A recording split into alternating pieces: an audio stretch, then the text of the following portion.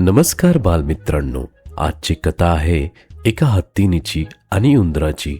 एका घनदाट आणि सुंदर जंगलात माधुरी नावाची एक हत्तीण राहत होती. ती खूप मोठी, ताकदवान आणि थोडीशी गर्विष्ठ होती. त्या जंगलात गोलू नावाचा छोटासा उंदीर राहत होता. तो खूप चपळ, हुशार आणि सगळ्यांशी प्रेमाने वागणारा होता. एक दिवस गोलू खेळत खेळत माधुरी हत्तीनेजवळ आला. माधुरी हत्तीन हसून म्हणाली, अरे गोलू, तू इतका लहान आहेस, तुझ्यासारख्याची काय गरज आहे? गोलू नम्रपणे म्हणाला, माधुरी ताई, लहान असलो तरी कधी ना कधी उपयोगी पडेन. माधुरी हसून निघाली. काही दिवसांनी जंगलात शिकाऱ्यांनी मोठे जाळे लावले. चुकून माधुरी हत्तीन त्या जाळ्यामध्ये अडकली. तिने खूप प्रयत्न केला पण सुटू शकली नाही. ती घाबरून रडू लागली.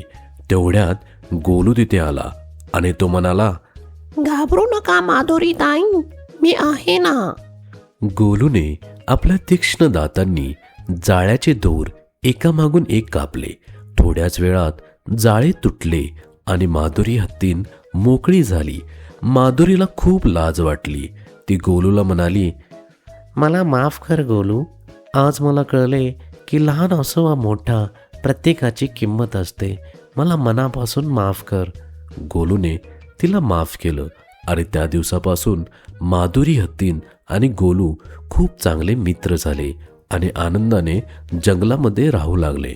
तर बालमित्रांनो, आपल्याला या कथेतून असा बोध मिळतो की कोणालाही कमी लेखू नये. एखाद्याची उंची, एखाद्याचं वजन पाहून त्याची चेष्टा करणं खूप चुकीचं आहे. त्यामुळे सर्वांना समान वागणूक देऊन त्यांच्याशी प्रेमाने राहा